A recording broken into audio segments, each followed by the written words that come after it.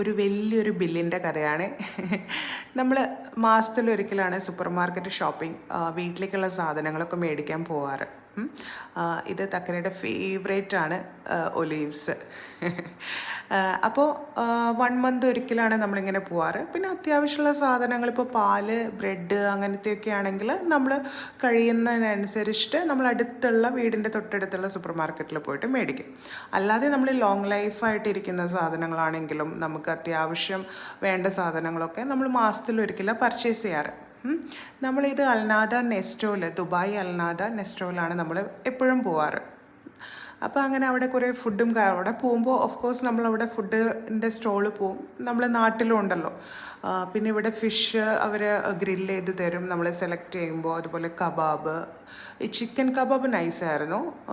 Mutton അത്ര ഇതായിട്ട് തോന്നിയില്ല. ഫിഷും ഞങ്ങൾ എടുത്തിട്ടുണ്ടായിരുന്നു, കുഴപ്പമുണ്ടായിരുന്നില്ല. പിന്നെ നമ്മൾ മീനും കാര്യങ്ങളൊക്കെ മേടിക്കാൻ പോവും. തക്കരയ്ക്ക് സ്ക്വിഡും അതൊക്കെ ഭയങ്കര ഇഷ്ടമാണ്.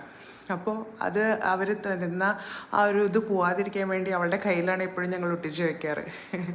ഇത് പിന്നെ തക്കരേരും പിന്നെ എൻ്റെ അനീതിയിലൊക്കെ ഒരു ഹെവനാണ് നൂഡിൽസ് എന്നൊക്കെ പറഞ്ഞിട്ടുണ്ടെങ്കിൽ.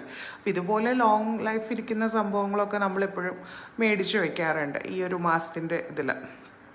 അങ്ങനെ പിന്നെ ന്യൂട്ടെല്ല, അതേപോലത്തെ ഇപ്പോൾ ടിഷ്യൂ ആണെങ്കിലും കിച്ചൺ ടിഷ്യൂ ആണെങ്കിലും അങ്ങനത്തെ ഇപ്പോൾ സോപ്പ് അങ്ങനത്തെയൊക്കെ നമ്മൾ ബൾക്കായിട്ട് 1 മന്തിന് ആവശ്യമുള്ളത് നമ്മൾ മേടിക്കും. ഷാമ്പൂ അങ്ങനെ അവസാനം നമ്മളിവിടെ നിന്ന് ഇപ്പോൾ പ്ലാസ്റ്റിക് ഒന്നും ഇപ്പോൾ അങ്ങനെ അധികം യൂസ് ചെയ്യാനായിട്ട് സമ്മതിക്കില്ല. അപ്പോൾ നമ്മൾ തന്നെ ക്യാരി ബാഗും കാര്യങ്ങളൊക്കെ നമ്മൾ കൊണ്ടുപോകും. ഒരു ട്രോളി കൊണ്ടുപോയി അവസാനം 2 ട്രോളിയായി. പിന്നെ അത് ഇത്രയും വലിയൊരു ബില്ലായി. അത്രയേ ഉള്ളൂ. അപ്പോൾ ബൈ.